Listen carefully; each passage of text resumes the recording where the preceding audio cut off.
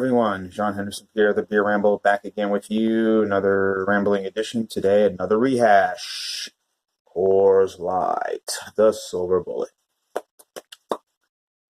Introduced in 1978 by Coors Brewing Company. One of the, Coors Light is of three most well-known, part of the big three well-known light beers, or considered premium light beers, along with Bud Light and Miller Lite. Then you have your other budget premium beer brands, Busch Light, Keystone Light, which is the little brother of Coors Light. Some say maybe Keystone Light is Coors Light. So, Busch, like I mentioned, Busch Light, Milwaukee's Best Light, also part of the Miller brand, Miller High Life Light.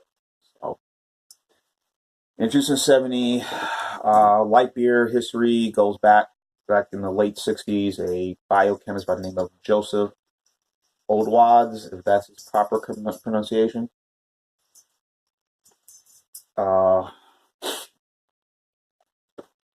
Started which most of these beers are usually considered a Pilsner. Basically people who enjoy beer, but they were kind of cautious about their alcohol intake, but what they're putting in their bodies, calories and whatnot.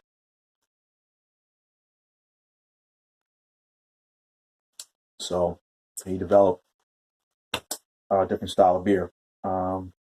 Usually the ABV for most light beers tend to be between, in my opinion, I think it's, from what I know, either from 2% to as high as, well, reaches close to 5%. Then again, I take that back. Most of these light beers don't go that far past the 4.7. Usually between 2% all the way up to maybe 4.2. And that's as far as to go. Again, limited amount of alcohol you consume, but again, you're not adding on any calories. You're not all that health stuff, which became popular. The first one was Gallenberg's Diet Beer. Became Miller Lite. Miller Lite went national in 1975. Then two years later, Anheuser-Busch came out with their own light beer called Natural Light. That was considered a premium light beer at the time. And then I think Schlitz also came out with their light beer, I think about the same time as 76, 77. And then in 78 became Coors, of course, with their well-known, the Coors Banquet beer, which was very popular at the time. But they also jumped on the light beer train and developed this in 78. Now you have Genesee Light also came out in 78 as well. But the one that's really been successful of all the light beers, and you just look at their sales, and look at the top 20 list of beers every year, about 15,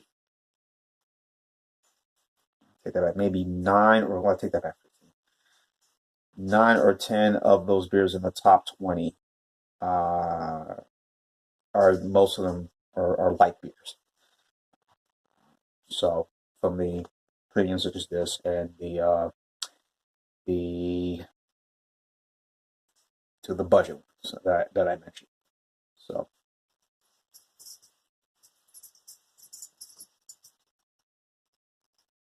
smell the sense of corn in this. No barley, but there's not much in there.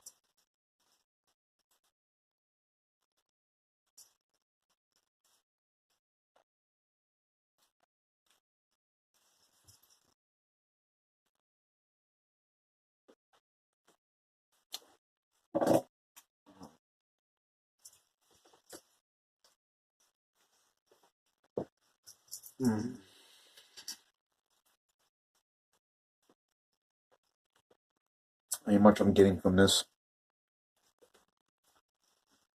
So it's cold filtered, cold certified label they have on their cans now, if you notice. When you go to the supermarket and buy this stuff. Just your typical standard light beer, water, barley malt.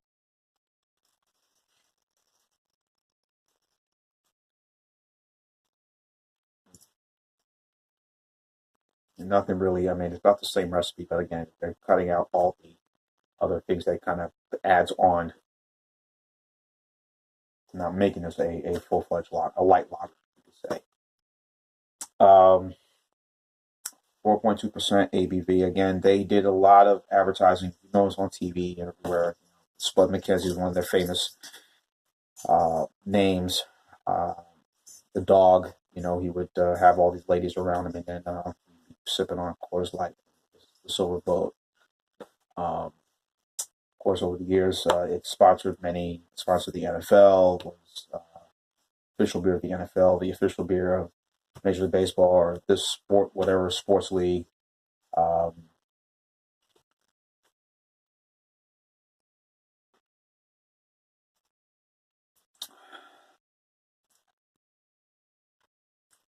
Again, it's a very good, refreshing light beer. Nothing really kind of stands out to me. Again, I don't know why some say that Keystone tastes like this. This is a little better than Keystone, but that's just my view of it. You know, um, yeah, and lately for me, I've been drinking a lot of light beers because I'll try anything, as whatever wine, this and that. But there's just something about drinking these. Yeah, they're nothing real special, but no, if you're sitting at home watching games, whatever, you're gonna be consuming a lot of beer. You know, obviously you don't want to hop on a car and drive, but you know, don't do that.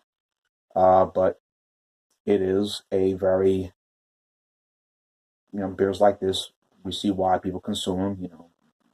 Just say you're gonna be drinking a lot, drinking a lot, drinking a lot. Something that's not gonna really tip you over the scales. Obviously, make sure you eat something in between. Don't be just drinking, not eating anything. But just make sure you have something in your system that can absorb all that booze.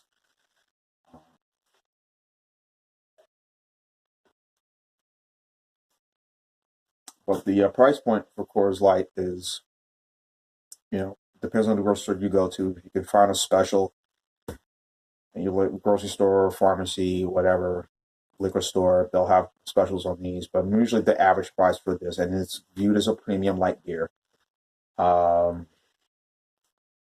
for a 24 pack, it's maybe sometimes some places I've seen here in my area, $18 for a 24 pack. 12 pack, about nine. But the lowest will probably be nine or $10 for a 12 pack. Some places I've seen it for $12 for a 12 pack, which is a little bit much for me. But um, I do enjoy it. When I'm at get-togethers with family members or friends, whenever if they have this, I'll be sipping on it. Whatever, eating whatever. But most of the times for me, for my personal pleasure, and just because of price, I would go get. That's just me. Um, Milwaukee's Best Light, High Life Light. I mean, there's a special sometimes. What's the other one? Well, Busch Light's not always that high. Usually their beer's about 10 now. Starting, I've seen in the grocery store starting to be like $10 now for a 12 pack. I say, when did Busch Light become that? You know, that considered a premium brand. But maybe something has to do with the tariff and all that stuff. But that's our wonderful president, Mr. Trump. But that's no politics here. But anyway, but yeah, I think there are other beers out there that I feel are a lot better. I think they're just as good as Coors Light, but you won't pay much. Again, Milwaukee's Best, Keystone Light, Dollar General. Have a Dollar General in your area, and it depends on the state, city you live in. They do sell alcohol. You can find Keystone uh, Light for about average price about $6.95 for 15 pack now, and of course Natural Light. But yeah, but usually the ones I mentioned, they're a lot inexpensive, and you're not going to break the bank for even for a 12 pack or even for a 24 pack. So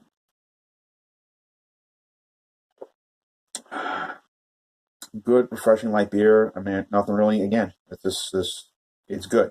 Um, it's not the, it's not considered to be a world class beer, but what is? There's some that is world class. Pairing food wise, again, anything, whether it be Asian cuisine, like you know, spicy wings, chili, burgers, you know, shrimp lao mein, fried fish, anything that is, you know, sort of finger foods, whatever, things that just has a lot of spice. This can go well with any.